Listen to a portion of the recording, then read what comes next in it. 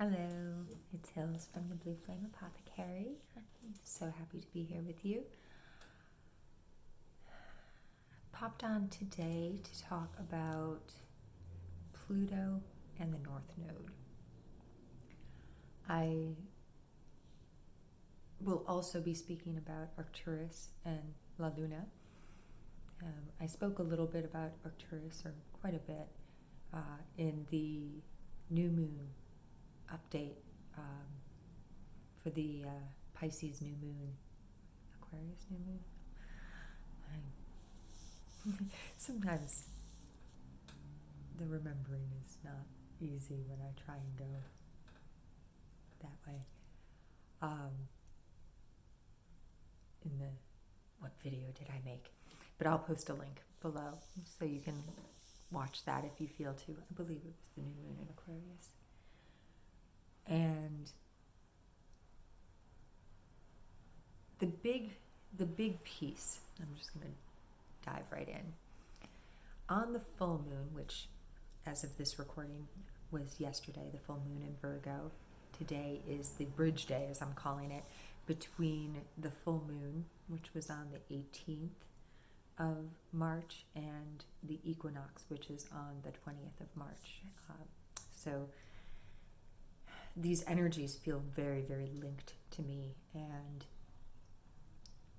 today, the 19th, it feels like a bridge holding the energies together. You know, the equinox is all about balance and coming to that balance point. So it's an extremely powerful day. And the way that Pluto and the North Node were interacting with the full moon really speaks to that, to me. The North Node moves kind of slowly, not super slow. It takes about a year and a half to go through a sign, and it moves in a retrograde fashion.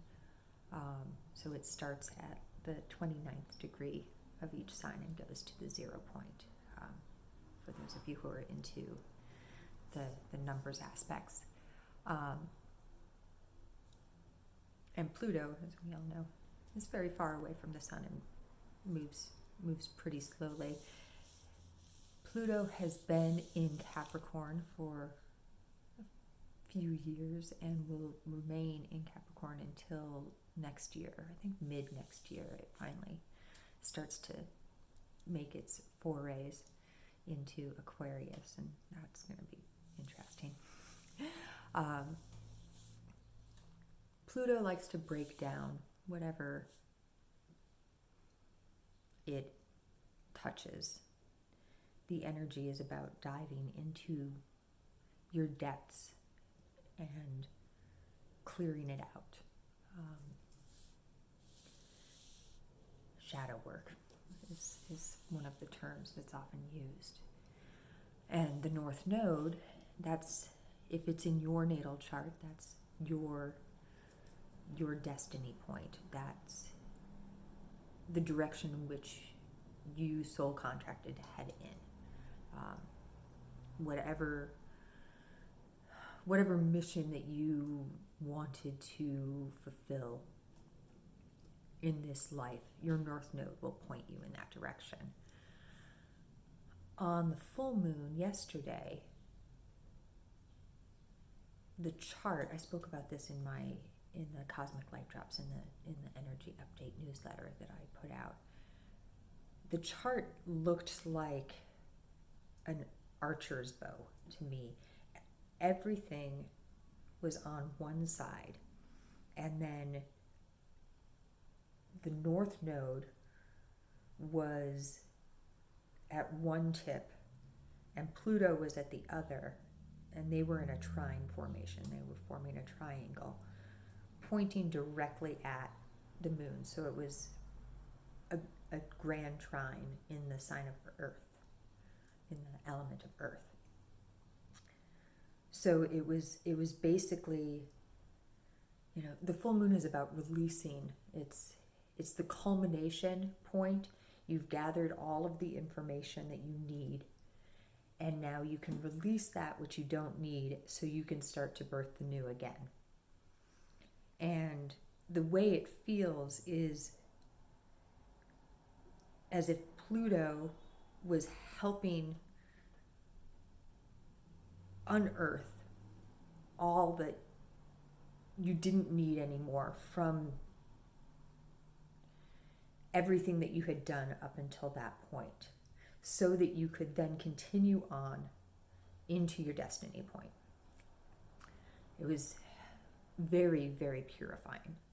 And because during a full moon, the sun and the moon are exactly opposite one another, it felt like the sun was just pointing the arrow directly at the moon. Like, okay, there you go.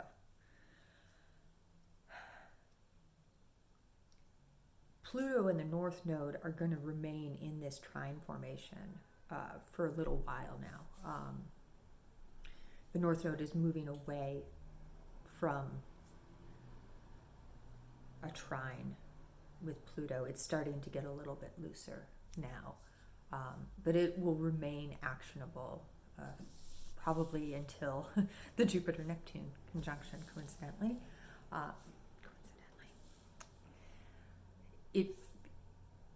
When I bring that energy in, this like great spiritual awakening energy that the Jupiter-Neptune conjunction on April 12th has, it feels almost as if Pluto and the North Node are doing this little dance.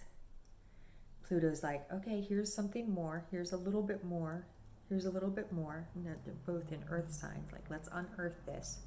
Let's bring this up to the surface. Let's bring this up to the surface so that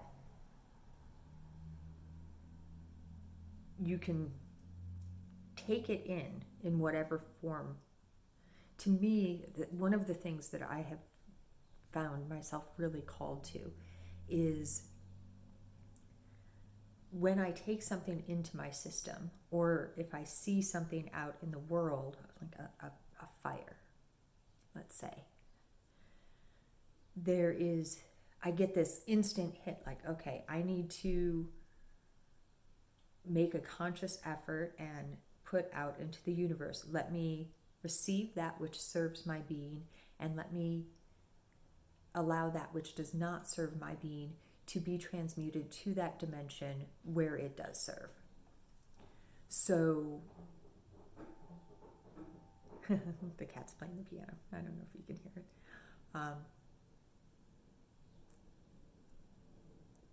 There is this amazing alchemical process happening. We are being shown that we actually innately have the ability to take in those things that are good for our system and to allow that which isn't good to be released, and not just released as pollution. Let's use the fire. If there's a fire burning, whatever's on fire could possibly have something that's toxic to our earth environment in it. So you see this smoke, and I actually had this happen recently. I witnessed the fire from a bit of a distance, and I was called to do some dancing around the land, and then put my hands on the land.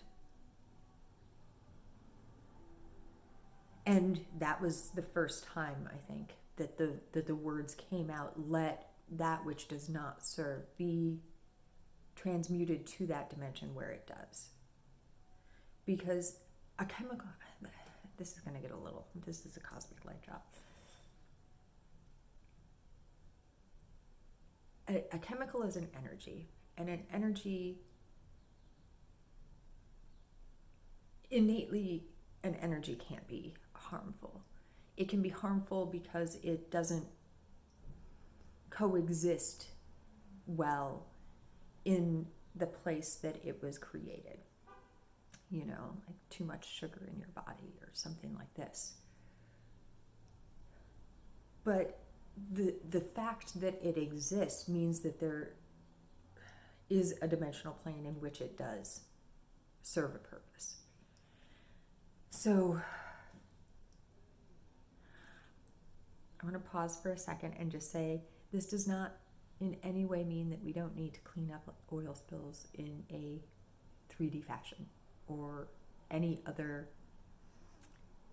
We absolutely need to do that and to care for our environment. But we also need to find a way to take care of those toxins that we have already allowed onto Gaia. And I don't know, maybe this is one of those ways, an energetic way. And, you can take that however serves you.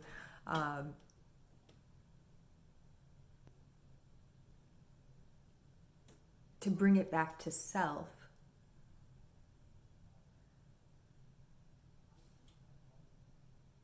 Arcturus is also square to Pluto. And as I spoke about, Arcturus represents that way station, that soul contract area. And this Pluto Arcturus square is long lasting. Arcturus is a fixed star, it doesn't really move, and Pluto moves very slowly. So we have been in this square energy between Arcturus and Pluto for a while. And if you think about what the world has felt like over the last couple of years, this idea that we are in a place where we are all being asked to review and dive deep into what we actually believe is true feels pretty loud. There is, trines are often seen as gifts. These are where your gifts lie. And squares as tense aspects. There's a struggle in a square. And I think that's true, but it's through the struggle that you get your gifts. And maybe that's what this trine is pointing to, is because we get to have the struggle of what is our truth, what is true. It's gifting us with this ability to see those things that we've hidden from ourselves and that have been hidden from us, so that we can move forward onto our destiny in a truer way, in a more soulful way.